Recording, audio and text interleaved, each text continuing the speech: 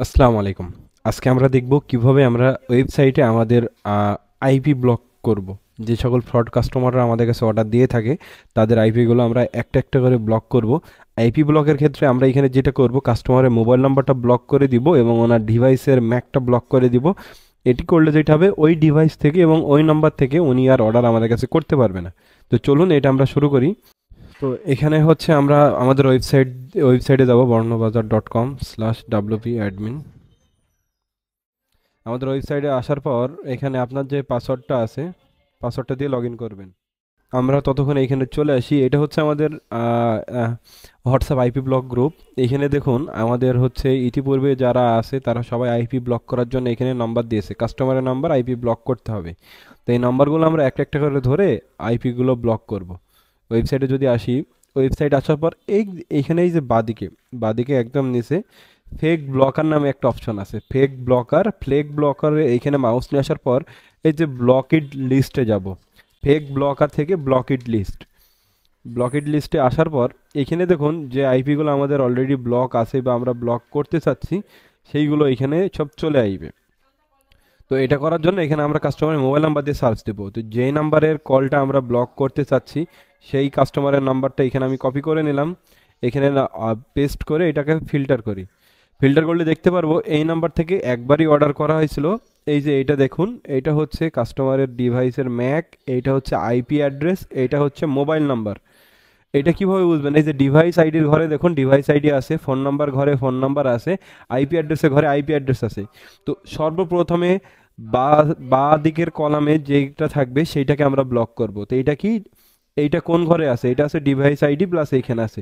তো এইটাকে যদি আমি এখান থেকে ব্লকে ক্লিক করি তাহলে ডিভাইসটা ব্লক হয়ে যাবে।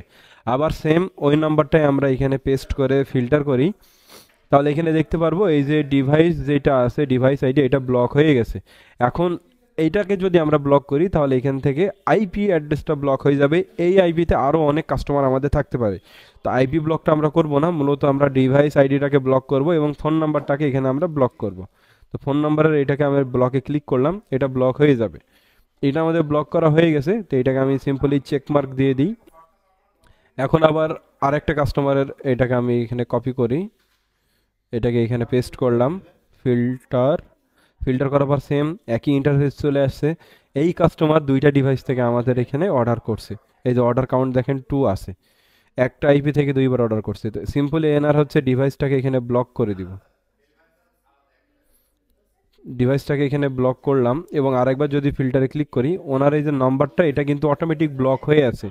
একটা কাস্টমার যদি একবার অর্ডার করে ওইটা 7 দিনের জন্য অটোমেটিক ব্লক হয় এবং ছাড়িয়ে যায়। আমরা কি করব, যেটাকেই ব্লক করব ওইটা 7 দিন পর এসে আমাকে ব্লক করতে হবে। হ্যাঁ, তো এটাকে আমি চেক মার্ক দিয়ে দিই, এটা হয়ে গেছে।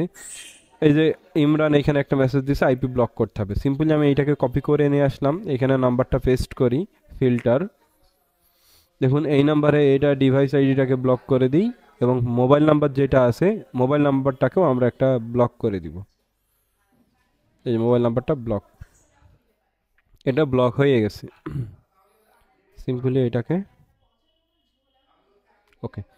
আরেকটা কাস্টমারের নাম্বার এখানে কপি করলাম, ফিল্টার, এখান থেকে এই যে মোবাইল নাম্বারটাকে ব্লক করে দিব।